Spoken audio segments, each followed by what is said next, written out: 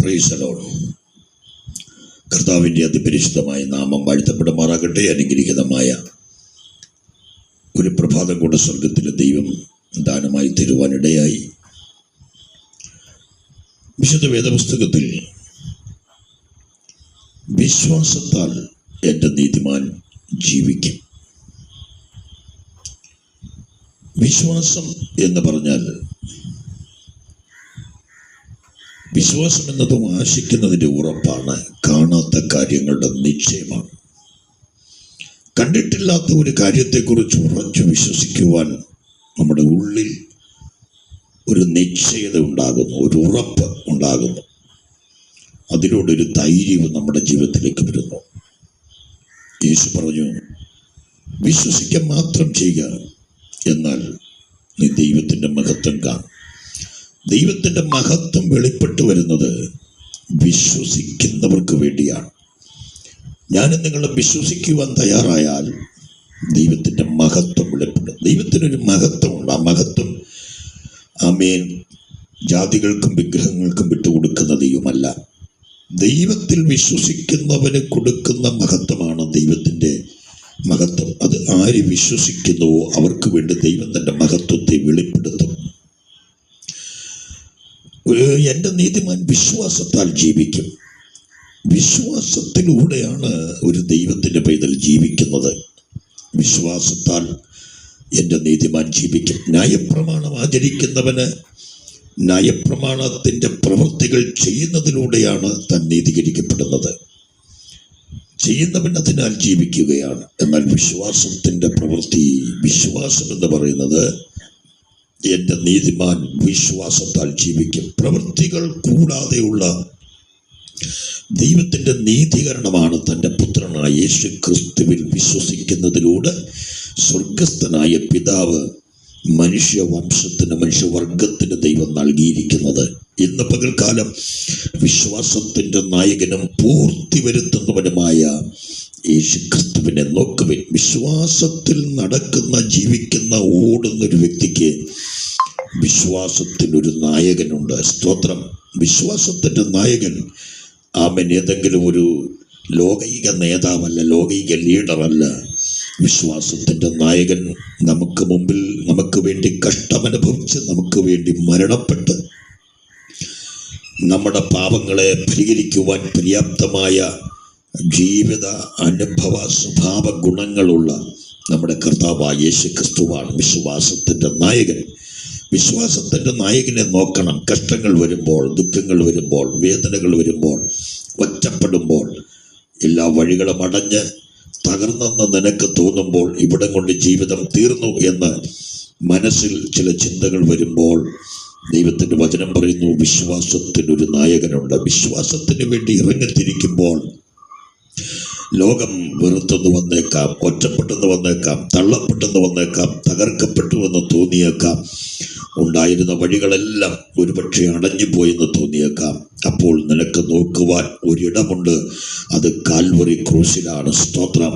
ഇതുകൊണ്ടാണ് അപ്പോസ്തലനായ പൗലോസ് വിശ്വാസത്തിൽ തണുത്തുപോയ ആമേൻ പിൻപോട്ട് പോയിക്കൊണ്ടിരുന്ന എബ്രായ വിശ്വാസികളെ ആ വിശ്വാസത്തിലേക്ക് മടക്കി വരുത്തുവാൻ, അവരെ നിലനിർത്തേണ്ടതിന്, ഉറപ്പിച്ചു നിർത്തേണ്ടതിന് വേണ്ടി പൗലോസ് എബ്രായർക്ക് എഴുതിയ ലേഖനത്തിൽ പറയുകയാണ്, വിശ്വാസത്തിന് ഒരു നായകനുണ്ട്. നിങ്ങൾ വിശ്വസിച്ചത് വ്യർത്ഥമല്ല. നിങ്ങൾ വിശ്വാസത്തിൽ കൂടെ ജീവിക്കുന്നത് ഒരിക്കലും നഷ്ടമല്ല, നാശമല്ല.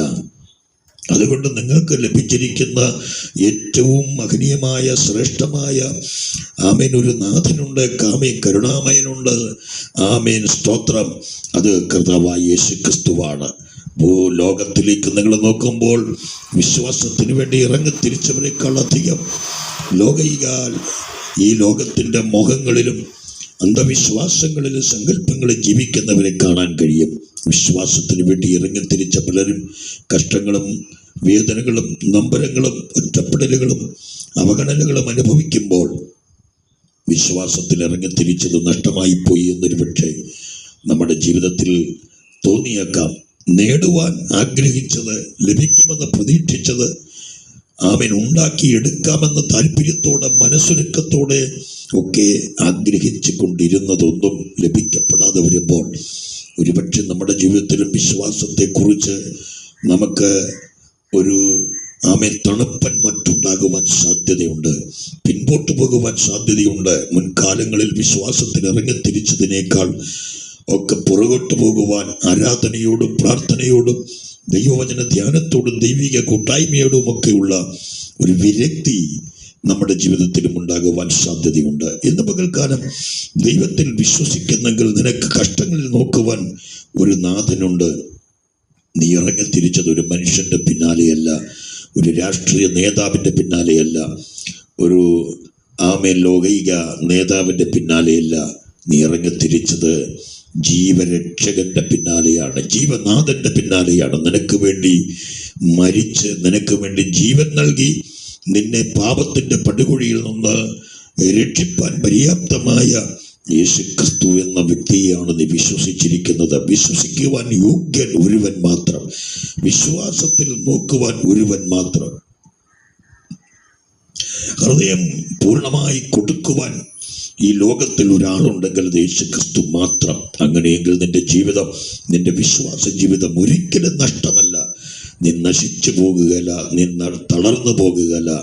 നിന്നെ എത്തിക്കേണ്ട സ്ഥലത്ത് എത്തിക്കുന്ന ഒരു വിശ്വാസമാണ് നിന്റെ ഉള്ളിൽ വ്യാപരിക്കുന്നതെങ്കിൽ വിശ്വാസത്തിന് ചലനങ്ങളുണ്ട്, വിശ്വാസത്തിന് പ്രവൃത്തികളുണ്ട്, വിശ്വാസത്തിന് ഓടുവാൻ കഴിയും, വിശ്വാസത്തിന് നടക്കുവാൻ കഴിയും. ഇന്ന് പകൽക്കാലം അങ്ങനെയുള്ള ഒരു വിശ്വാസത്തിന്റെ ഉടമയാണ് നീയെങ്കിൽ നിന്നെ തകർക്കുവാൻ, നിന്റെ വഴികളെ അടയ്ക്കുവാൻ, നിന്റെ നന്മകളെ പൂട്ടുവാൻ, നിന്റെ കുടുംബത്തെ തകർക്കുവാൻ ഒരു ശത്രുവിനും കഴിയുകയില്ല. വിശ്വാസമുള്ള നിന്റെ മേൽ വ്യാപരിക്കുന്ന ഒരു ദൈവശക്തി ഉണ്ട്. വേദപുസ്തകം പറയുന്നു, വിശ്വസിക്കുന്നവരുടെ മേൽ വ്യാപരിക്കുന്ന ദൈവത്തിന്റെ ശക്തി. സ്തോത്രം. വിശ്വാസമുണ്ടെങ്കിൽ നിന്റെ മേൽ ഒരു ശക്തി വ്യാപരിക്കും. വിശ്വസിക്കുന്നവർക്ക് വേണ്ടി വ്യാപരിക്കുന്ന ഒരു ദൈവശക്തിയുണ്ട്. ദൈവത്തിൻ്റെ ആത്മാവ് ശക്തിയാണ്. ദൈവ സാന്നിധ്യത്തിൽ നിന്റെ ഉള്ളിലേക്ക് അത് വരും. നീ ദൈവത്തിനെ വിശ്വസിക്കുന്നു എന്ന് കാണുമ്പോൾ ദൈവം നിന്റെ ഉള്ളിലേക്ക് ശക്തി അയക്കും. സ്തോത്രം. നിന്നിൽ കൂടി വ്യാപരിക്കുന്നത് അശുദ്ധാത്മാവിൻ്റെ ശക്തിയല്ല, ദുഷ്ടാത്മാവിൻ്റെ ശക്തിയല്ല, ഈ ലോകത്തിൻ്റെ സങ്കല്പങ്ങൾ, അന്ധമായ വിശ്വാസത്തിൽ കൂടി വ്യാപരിക്കുന്ന ശക്തിയല്ല, യഥാർത്ഥ സത്യവിശ്വാസത്തിൽ കൂടി വ്യാപരിക്കുന്ന ദൈവശക്തിയാണ്. അതുകൊണ്ട് തന്നെ നിന്നെ തകർക്കുവാൻ വരുന്ന ശത്രുവിനെ നിന്റെ വിശ്വാസത്തിന്റെ ശക്തിയാൽ നിനക്ക് തകർക്കുവാൻ കഴിയും. വിശ്വാസം സ്തോത്രം നിന്നെ പ്രതിസന്ധികളിൽ കൈ പിടിച്ചു നിർത്തുന്നത് പോലെ നീ ഒറ്റയ്ക്കായിരിക്കാം. പക്ഷെ ആരും നിന്റെ കൂടെ ഒരു വ്യക്തിയായി കാണുവാനുണ്ടായിരിക്കുകയില്ല. പക്ഷെ വിശ്വസിക്കുന്ന നിനക്ക് വേണ്ടി വ്യാപരിക്കുന്ന ദൈവശക്തി ഇരുട്ടിനെ നിന്റെ മുൻപിൽ നിന്ന് തള്ളിമാറ്റും, വെല്ലുവിളികൾ നിന്റെ മുമ്പിൽ നിന്ന് തള്ളിമാറ്റും, പ്രതികൂലങ്ങൾ നിന്റെ മുമ്പിൽ നിന്ന് തള്ളിമാറ്റും, കോട്ടകൾ നിന്റെ മുമ്പിൽ നിന്ന് തള്ളിമാറ്റും. നീ അറിയാതെ നിനക്ക് വേണ്ടി പ്രവർത്തിക്കുന്ന വ്യാപരിച്ചുകൊണ്ടിരിക്കുന്ന ദൈവത്തിന്റെ ശക്തിയുടെ അളവറ്റ വലിപ്പം നിനക്കറിഞ്ഞുകൂടെങ്കിലും അതിൽ നിന്നിൽ കൂടി വ്യാപരിപ്പിക്കുവാൻ ദൈവത്തിന് മനസ്സുണ്ട്. അതുകൊണ്ട് വിശ്വാസത്താൽ സ്തോത്രം. പഴയ നിയമ വിശുദ്ധന്മാർ ദൈവത്തിന് ഏറ്റവും ശ്രേഷ്ഠമായ യാഗമർപ്പിച്ചതുപോലെ ഇന്ന് പകൽക്കാലം ദൈവസന്നിധിയിൽ നമുക്ക് ദൈവത്തിന് ശ്രേഷ്ഠമായ പ്രസാദകരമായ ഒരു യാഗമർപ്പിച്ച് ദൈവത്തെ മഹത്വപ്പെടുത്തുവാൻ ഇടവരട്ടെ. പഴയ നിയമ വിശുദ്ധന്മാർ വിശ്വാസത്തിലൂടെയാണ് യാഗമർപ്പിച്ചത്. ഉൽപ്പത്തി പുസ്തകത്തിൽ നമ്മൾ വായിക്കുന്നു, കയീന്റേതിലും അധികം പ്രസാദമുള്ള യാഗം ഹാബേൽ അർപ്പിച്ചു. ഹാബേൽ അർപ്പിച്ചത് തൻ ആട്ടിടയനായിരുന്നുകൊണ്ട് ആട്ടിൻ കൂട്ടത്തിൽ നിന്നൊരു ആട്ടിൻകുട്ടിയാണ് എടുത്തത് ദൈവത്തിന് യാഗമർപ്പിക്കുവാൻ. കയീൻ സ്തോത്രം തൻ കൃഷിക്കാരനായതുകൊണ്ട് തൻ കൃഷിയിൽ നിന്ന് ലഭിച്ച വസ്തുക്കളാണ് ദൈവത്തിന് യാഗമർപ്പിച്ചത്. സ്തോത്രം. താൻ അർപ്പിച്ച യാഗത്തിന്റെ യാഗവസ്തുവിലാണോ ദൈവം പ്രസാദിക്കാതിരുന്നത്? ഹാബേലിന്റെ യാഗത്തിൽ എന്തുകൊണ്ടാണ് ദൈവം പ്രസാദിച്ചത്? കയീന്റെ യാഗത്തിൽ എന്തുകൊണ്ട് ദൈവം പ്രസാദിച്ചില്ല?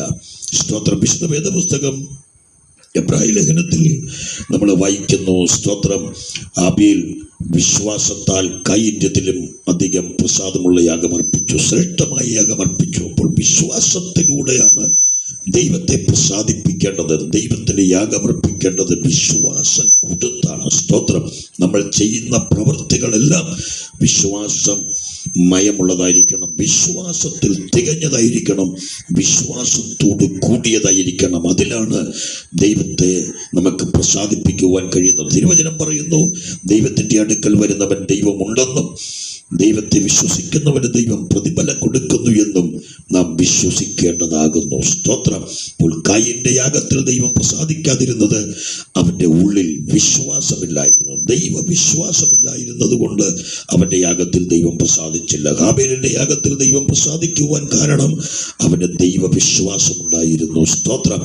അങ്ങനെയെങ്കിൽ നാം അർപ്പിക്കുന്ന യാഗത്തിൽ കൂട്ടായ്മയിൽ, പ്രാർത്ഥനയിൽ, നാം സംഘം പരിവാഹങ്ങൾ ഒന്നിച്ചു കൂടുന്ന ദൈവിക കൂട്ടായ്മയിൽ നമുക്ക് വിശ്വാസമുണ്ടായിരിക്കാം. ദൈവത്തിന് വേണ്ടി ചെയ്യുന്ന എല്ലാ പ്രവൃത്തികളും വിശ്വാസത്തോട് കൂടിയതായിരിക്കുമെങ്കിൽ ആ യാഗത്തിൽ, ആ പ്രവൃത്തിയിൽ, ആ പ്രാർത്ഥനയിൽ, കൂട്ടായ്മയിൽ ദൈവത്തിന് നിന്നിൽ ദൈവത്തിന് പ്രസാദിപ്പാൻ കഴിയും എന്നുള്ള സത്യം നമ്മൾ മറക്കരുത്. അങ്ങനെയെങ്കിൽ ഇന്ന് പകൽക്കാലം നമുക്ക് വിശ്വാസത്തിന് വേണ്ടി നിൽക്കാം, വിശ്വാസമുള്ളവരായിരിക്കാം, വിശ്വാസത്തോടു കൂടി നാം ദൈവത്തിന് വേണ്ടി പ്രവർത്തിക്കാം. സ്വർഗത്തിലെ ദൈവം ഈ വചനങ്ങളാൽ നമ്മെ എവരെയും അനുഗ്രഹിക്കട്ടെ. പരിശുദ്ധനായ ദൈവമേ, സ്വർഗ്ഗപിതാവേ, അനുഗ്രഹിതമായൊരു പ്രഭാതം ദൈവം ഞങ്ങൾക്ക് തന്നതിനായി സ്തോത്രം. ദൈവത്തിന്റെ കരങ്ങളിലേക്ക് ഞങ്ങൾ എല്ലാവരെയും ഏൽപ്പിക്കുന്നു. ഇത് കേൾക്കുന്ന വ്യക്തി, കുടുംബം, ജീവിതങ്ങൾ, തലമുറകൾ, അവരുടെ ആരാധന, പ്രാർത്ഥന, കൂട്ടായ്മകളെല്ലാം ദൈവങ്ങൾ ഏൽപ്പിക്കുന്നു. സ്വർഗത്തിലെ ദൈവമേ, ഇന്ന് കേട്ടതുപോലെ ഞങ്ങൾ വിശ്വാസത്തോടു കൂടി കർത്താവിനെ വേണ്ടി പ്രവർത്തിക്കുവാൻ ദൈവം ഞങ്ങളെ സഹായിക്കണം. അതിനെ ഞങ്ങളെ ഒരുക്കണം. രോഗത്താലോ, ദുഃഖത്താലോ, വേദനയാലോ, പ്രയാസത്താലോ ഒറ്റപ്പെട്ട് ഞെരുങ്ങി കഴിയുന്ന ജീവിതങ്ങൾ ആരെങ്കിലും ഇത് കേൾക്കുന്നെങ്കിൽ അവരെ എൻ്റെ ദൈവം അവിടുന്ന് വിടുവിക്കണം. വചനം അയച്ച് വിടുവിക്കുന്ന ദൈവത്തിൻ്റെ അത്ഭുതകരം ഞങ്ങൾ കാണുവാൻ ഇടവരട്ടെ. എല്ലാ മഹത്വം അങ്ങേക്ക് യേശു ക്രിസ്തുവിൻ്റെ നിസ്തുല്യമായ നാമത്തിൽ അപേക്ഷിക്കുന്നതായി കേൾക്കുമാറാകണമേ. ആമേൻ, ആമേൻ, ആമേൻ, ആമേൻ. God bless U.